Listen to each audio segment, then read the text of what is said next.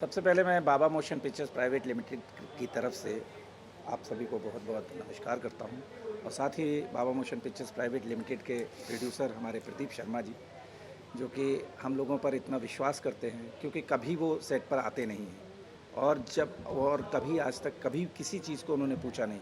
बस ये कहा कि आपको जहाँ पर सुविधाजनक शूटिंग स्थल मिल जाए वहाँ पर आप कर दीजिए, क्योंकि बुंदेलखंड में इसके पहले कभी शूटिंग हुई नहीं थी। और बुंदेलखंड में हमने अपने डायरेक्टर को बुलाया, बाबा मोशन पिक्चर्स प्राइवेट लिमिटेड पे। इसके पहले डमरू राज तिलक ऑलरेडी बन चुकी थी, जो कि बनारस से बनी थी, लेकिन इस बार डिमांड कहानी की कुछ और थी। तो भैया ने कहा कि क्यों ना अपन बांदा की तरफ कर लेते हैं, और पराग पाटिल जी को, जी उसके डायरेक्टर थे, उनको वहाँ भेजा और उनको बिल्कुल सिचुएशन जिस तरीके की स्टोरी थी उनको बहुत अच्छी लगी। और उसके बाद वहाँ के लोगों का जो प्यार मिला है और जो लोगों ने समर्पण दिया है, और बहुत अच्छी फिल्म बनकर उभर कर आएगी। और आप लोग 9 अप्रैल को इसको ज़रूर देखिएगा, तब आपको पता चलेगा कि लोकेशंस का किस तरीके से इस्तेमाल किया जाता है। सर, क्या लिट्टी चोखा जिस तरीके से उस साइड शूट किया गया, तो क्या आस्की भी उधर शूट किया जाएगा? जी, आशिकी की शूटिंग क्योंकि चित्रकूट में थी, हमने डिज़ाइन की थी, लेकिन किन्हीं कारणोंवश, टेक्निकल कारणोंवश जो है हमको प्रयागराज में आना पड़ा। और प्रयागराज क्योंकि धार्मिक और सामाजिक राजनीतिक आधार पर ये फिल्म है, तो सब चीज़ का सम्मिश्रण मिलना चाहिए। और फिर तीर्थों का राज प्रयागराज, सही बात। तो प्रयागराज के माघ मेला ने हमको आकर्षित किया, हमको जगह दी। हम इसके लिए संपूर्ण प्रयागराज वासियों को धन्यवाद देते हैं, और उन्होंने एक्सेप्ट किया है। और जिस तरीके से हमारा तारतम्य बढ़ता चला जा रहा है, लोगों का सहयोग निरंतर हमको मिल रहा है, प्रशासन का सहयोग हमको मिल रहा है, यहाँ का छोटे से छोटा और बड़े से बड़ा व्यक्ति हमारे साथ जुड़कर, हमारी इस कहानी के साथ जुड़कर फिल्म के निर्माण में हमारा सहयोग कर रहा है, उनको बहुत बहुत धन्यवाद देता हूँ। और प्रदीप शर्मा जी से कहूँगा कि प्रयागवासियों को ज़रूर धन्यवाद दे एक बार बोलो। आप सबका बहुत बहुत धन्यवाद कि आप लोगों के इस शहर में हम लोग ये शूटिंग कर रहे हैं आस्की की। और तीर्थराज, जैसा भैया ने बताया, तीर्थराज और हमारी फिल्म की जो स्टोरी भी है वो कमोबेश धर्म के इधर उधर ही घूम रही है, तो इसलिए ये प्लेस हम लोगों को चाहिए ही था। और पदम भैया ने सब कुछ यहाँ पर आपके शहर में सब कुछ अच्छे से मैनेज किया, प्रशासन ने बहुत सहयोग किया, अभी भी कर रहे हैं। तो ये बहुत अच्छा अच्छी यहाँ पर फिल्म बन रही है आशिकी। सर, आशिकी में आखिरकार खेसारी लाल यादव को क्यों लिया? क्योंकि इससे पहले भी आप खेसारी जी के साथ ही काम करते हैं। नहीं, खेसारी जी क्या है, एक बहुत हार्ड वर्कर, और वो सबसे बड़ी बात है कि वो काम के प्रति उनमें जो लगाव है और जो चीज़ है वो बहुत कम आर्टिस्ट में देखने को मिलती है। मेहनती है, सब कुछ है, और ज़रा भी सेट पे जो होता है एक वो ट्रेंटम नाम की चीज़ स्टार की, वैसा कुछ भी नहीं है। तो खेसारी जी इसीलिए रिपीट हुए। केसारी लाल जी के बारे में ये भी कहना चाहता हूँ, भैया की बात को काटते हुए कह रहा हूँ कि केसारी लाल बहुत एनर्जेटिक कलाकार तो है ही हैं, और हमेशा स्टोरी के साथ जुड़े रहते हैं, उसके प्रति मेहनत करते हैं।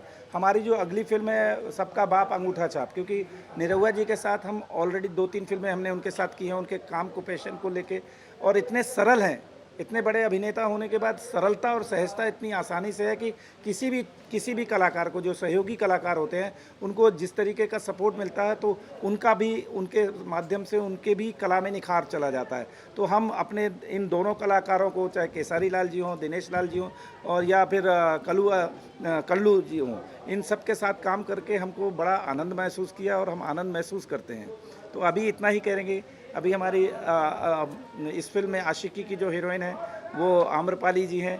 आम्रपाली जी के साथ भी हमने यहाँ भी काम किया, लंदन में भी काम किया, तो हम अपने आप को बहुत सहज महसूस करते हैं, और हम उनको धन्यवाद देते हैं कि हमारे बाबा मोशन पिक्चर्स में उनका हार्दिक अभिनंदन है। बाबा मोशन पिक्चर्स की ये पहली फिल्म है उनकी, लेकिन आगे चल के ऐसा तारतम्य ज़रूर बनेगा कि हम लोग लगातार जुड़ते चले जाएंगे, और एक नया कारवां, क्योंकि प्रदीप शर्मा जी की एक विशेष बात है कि वो उस कारवां को साथ में एक परिवार की तरीके से लेके चलते हैं। पूरी यूनिट के छोटे से छोटे जो सहयोगी होते हैं, और बड़े से बड़े को, सबको एक माला की तरह पिरो कर रखते हैं। तो इसके लिए हम प्रदीप शर्मा जी को बहुत बहुत धन्यवाद देते हैं, और साथ ही उनको इस बात पर भी वो हम पर विश्वास करते हैं, तो हम भी उनके विश्वास की कसौटी पर खरा उतरने की कोशिश करते हैं। नहीं, आम्रपाली जी सुपरस्टार है, और मैंने अभी तक उनके साथ कोई काम किया नहीं था। तो जो काजल जी कि काजल जी इसमें आने वाली थी, पहले यही डिसाइड था, लेकिन जब जैसे जैसे स्क्रिप्ट चेंज हुई तो हम लोगों को लगा कि नहीं, इसमें आम्रपाली जी ही सबसे परफेक्ट है, और हम लोगों ने आम्रपाली जी को साइन किया। इस कहानी की डिज़ाइन अगर देखी जाए तो इसमें आम्रपाली से बेहतर कास्टिंग हो ही नहीं सकती थी। सर फिल्म की शेड्यूल फर्स्ट शेड्यूल में कंप्लीट होने वाली है या फिर हमारी हर फिल्म फर्स्ट शेड्यूल में ही ख़त्म होती है, और ये भी हम ख़त्म करके ही जाएंगे। इस फिल्म को लेकर ऑडियंस से क्या कहना चाहेंगे? ऑडियंस से कहना चाहेंगे कि देखो, अभी हमारी जो पहली फिल्में थी आप लोगों ने बहुत प्यार दिया, डमरू, राज तिलक, उसके बाद अभी लिट्टी चोखा आने वाली है 9 अप्रैल को, उसको भी प्यार दीजिए। और सबसे बढ़कर अभी जो हम लोग आशिकी फिल्म कर रहे हैं, ये बहुत ही अच्छी बन रही है। एक नए गेटअप में हमारे दोनों सुपरस्टार्स नज़र आएंगे आपको। कहानी अलग है, समाज को लेके ताने बाने में बुनी गई है, ऊंच नीच का इसमें भेदभाव को दिखाया गया है और उसको दूर करने का तरीका भी बताया गया है। तो आप एक बार ज़रूर इस फिल्म को देखने आइएगा जब भी ये रिलीज हो। एक बात और कहना चाहता हूँ कि बाबा मोशन पिक्चर्स जो भी पिक्चर बनाता है वो ऐसा कॉन्सेप्ट उठाता है कि उसमें सामाजिक विसंगतियों को दूर करने का प्रयास किया जाए।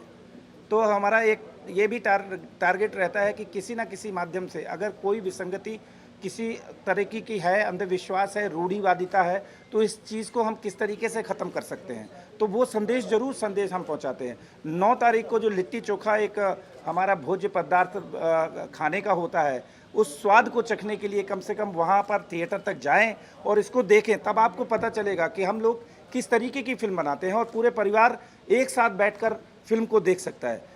हमेशा कहा जाता है कि भोजपुरी फिल्म में इस तरीके की अश्लीलता होती है, नहीं, ऐसा कुछ नहीं। भोजपुरी निर्माण में जो जिस तरीके का हम अच्छा तरीके से काम कर रहे हैं और प्रेजेंटेशन कर रहे हैं, उसमें निश्चित तौर पर आपको ये कहने के लिए विवश होना पड़ेगा कि बाबा मोशन पिक्चर्स बहुत साफ सुथरी, पूरी पारिवारिक, सामाजिक, धार्मिक सब चीज़ों की विसंगतियों को दूर करने का प्रयास करता है। अगला धमाका क्या होगा बाबा मोशन? अगला धमाका हम लोग, अभी ये फिल्म शेड्यूल ख़त्म हो जाएगा शायद 24-25 तक, उसके बाद जस्ट हम लोग दिनेश जी, निरहुआ जी के साथ, अक्षरा सिंह के साथ हम लोग बांदा में शूट करने जा रहे हैं, सबका बाप अंगूठा छाप। वो भी ज़बरदस्त स्क्रिप्ट है और दिनेश जी पहली बार उस तरह के रोल में नज़र आएंगे, मज़ा आएगा पब्लिक को। दिनेश जी का कॉपरेशन, जैसे ही उनको ये फिल्म के बारे में पता चला कि हम ये बांदा में शूट करेंगे, उछल गए। उन्होंने इतना सहयोग दिया, नहीं बहुत सहयोग, हम ये बांदा में ही करेंगे। और उन्होंने सबसे पहले वंदन किया कि राजापुर के गोस्वामी तुलसीदास जी वहाँ थे, वहाँ मैं एक बार गया था और वहाँ का उनका मंदिर देखा था। हम भी अपने आप को बहुत उत्साहित महसूस करने लगे कि जब हमारा मुख्य अभिनेता इस बात को कहता है तो हम भी गदगदा जाते हैं।